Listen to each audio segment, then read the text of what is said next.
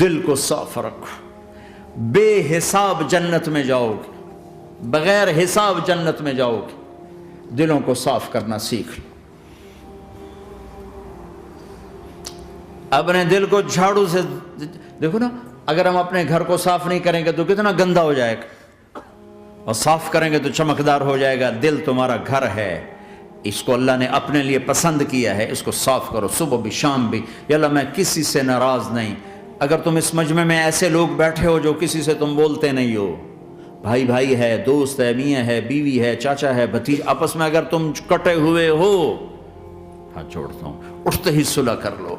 چونکہ میرے نبی کا فرمان ہے، جب دو مسلمان آپس میں لڑ پڑیں اور بات نہ کریں تو اللہ ان کے سارے عمل مردود کر دے۔ تو کہتا جب تک یہ صلح نہیں کریں گے ان کا کوئی عمل قبول نہیں ہے۔ تو اپنے دل پہ پتھر رکھو، معاف کرو، خود جا کے معافی مانگو، چاہے جتنا اس میں تمہیں زور لگانا پڑے مانگو۔ اللہ کی قسم میرے نبی کا فرمان ہے، معاف کرنے سے عزت گھٹے تو مجھ سے لے لو، معاف کرنے سے عزت نہیں گھٹتی۔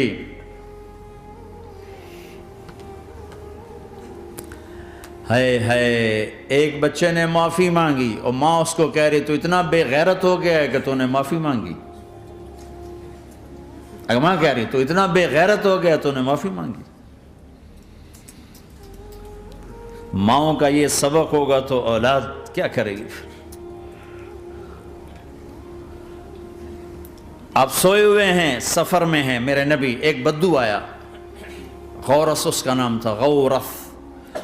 اس نے آپ ہی کی تلوار اٹھائی اور آپ کے یوں پسلی میں ماری، آپ کی آنکھ کھلی تو تلوار لے کے کھڑا، من یمنعک منی، اب بول کون بچائے گا، تیار ہو یا؟ تو آپ ہنس پڑے۔ آپ نے کہا اللہ، وہ اللہ کہنا تھا کہ تلوار اس کے ہاتھ سے گر گئی، تو آپ نے اٹھا لی، آپ نے ایسے سیدھی کی، آپ نے کہا اب تمہیں کون بچائے گا؟ کہنے لگا مجھے تو ہی بچائے گا۔ تو آپ نے کہا کلمہ پڑھتے ہو؟ کہا نہیں پڑھتا۔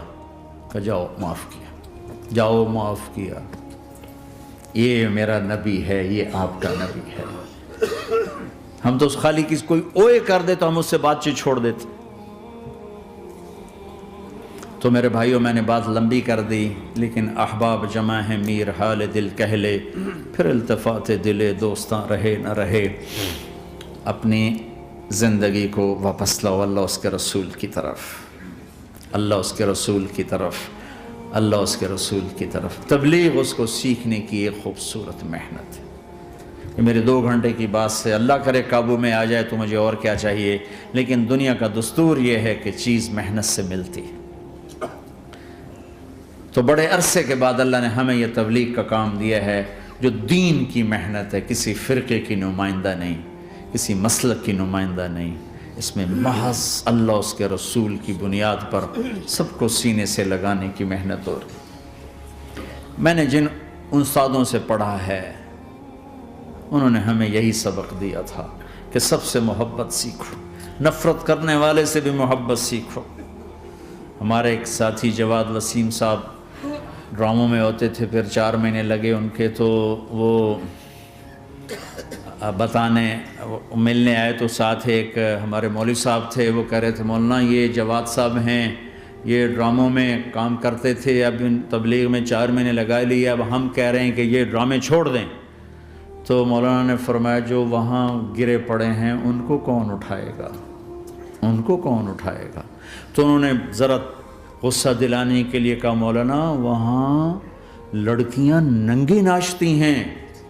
تو مولانا نے کہا ہماری ہی بیٹیاں ہیں، ہماری ہی بیٹیاں ہیں۔ کوئی مولوی صاحب کہہ سکتا ہے ناچنے والی کو میری بیٹی ہے؟ کہا ہماری ہی بیٹیاں ہیں۔ میں نے اس استاد سے قرآن سیکھا ہے، انہوں نے ہمیں محبت سکھائی ہے کہ محبت دو، لوگوں کو محبت دو، محبت